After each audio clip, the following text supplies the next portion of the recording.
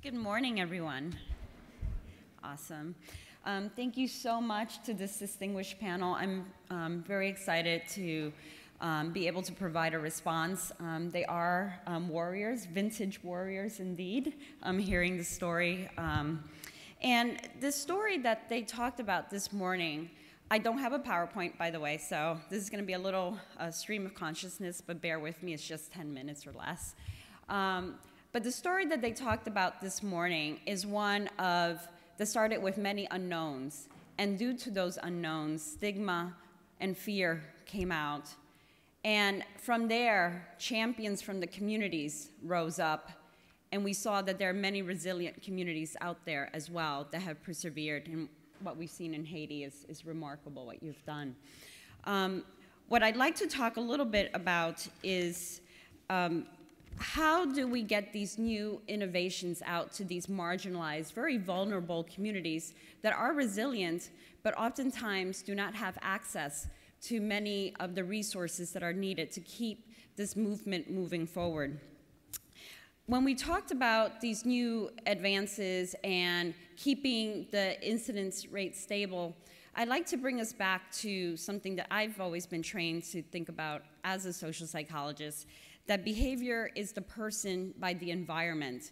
And oftentimes we have focused on one part, leaving the other part out. And by that I mean, oftentimes we've thought about, okay, if people are the vectors of disease, let's change their behaviors, let's change their attitudes, their norms, sometimes forgetting that behaviors occur within a context. And sometimes we have to address that context in order to help change behavior. We need to understand the person as a whole, and we also have to understand these social determinants of health that have been alluded to here this morning.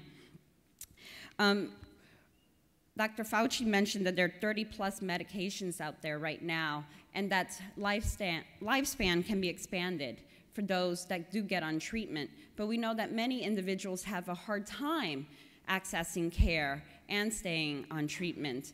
And something that we should keep in mind in trying to get individuals into care or get individuals to adhere or get individuals to take on certain behaviors, we need to alter the context and we need to take into account the 3 A's: availability, accessibility, and acceptability. By that I mean availability, making sure that whatever the intervention is, whether it's PrEP, microbicides, behavioral interventions, that they exist and that their quantity exists in relation to the population that's impacted. Accessibility. Can individuals access these products, these interventions? Is it affordable? Does discrimination stand in the way of them accessing it? What about information? And then in terms of acceptability, what are the social norms around these products? If we're talking about PrEP, what are the norms around that? Microbicides. If we look at the history, a decade ago, many people were excited about the female condom, right? They were saying women aren't empowered, we need to find some way that they can use condoms and handle that situation. So the female condom was developed, so there you have availability, right? But it wasn't in the quantity needed for the population. You also had, in terms of the female condom, accessibility. Wasn't very affordable for many populations. Many didn't even know about it. And then you also had acceptability. Those of you that work out in the field and work with women probably have heard this time and time again: I don't like them. I don't like using them. So going forward, what are we going to do around these 3 A's for these new advances? And how do we get individuals into accessing care? If we see treatment as prevention, then the first part has to be availability and getting them there. Excuse me. The other thing I wanted to mention is that throughout the presentations, we heard about partnerships, collaborations, and understanding the epidemic and understanding the culture. So I do want to put out there sort of the change model for sustainability in addressing this epidemic going forward. The change model standing for C, for understanding the culture and improving acceptability of certain interventions. Holistic, taking a systems-wide approach, addressing accessibility, being analytical, sharing, looking at the past, seeing what worked, and then applying those lessons learned going forward. The N in the change for networking, for leveraging resources. We're all here together. Let's make use of it and network, learn from each other, and then take it back to our communities as well. The G in change is for grassroots, always respecting the community, always respecting where they're at, always respecting this workforce here that understands and works with the community on a day-to-day basis. And the E in change is for evaluatory. Without data, we don't know what works and what doesn't, so always keeping in mind that aspect. Something that struck me about Dr. Papp's presentation was the 80% of the college graduates moving abroad and then 44% of the staff leaving. That means that our workforce in the Caribbean is often impacted by natural disasters.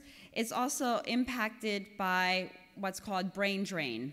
Oftentimes, our workforce leaves the Caribbean and goes to other places, either for higher salaries or for different types of work hours, et cetera. We need to be able to address that as well. So addressing this epidemic in the Caribbean isn't just about getting the messages about prevention out there or about the new advances, but also taking care of the workforce that's there and that's gonna stay there day to day with the population. And lastly, I'd like to address leadership. I'd like to refer to Dr. Fauci's last slide where he showed the baton. This epidemic, at first people thought, okay, it's gonna be a sprint, we're gonna figure this out, but then they realized, you know what, there's a lot of unknowns, we gotta treat this as a marathon, but it's really a relay race in which each of the different toolkits and people who work in the different areas pass the baton to each other, but not only to each other, but to the next generation.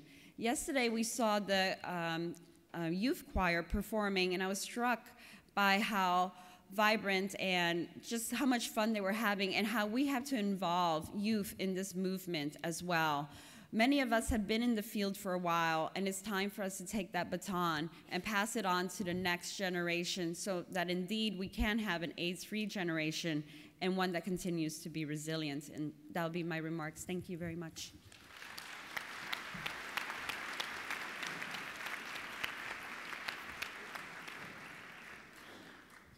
With this, we conclude this plenary. We thank you very much for your attendance, and let's keep this going. Thank you very much.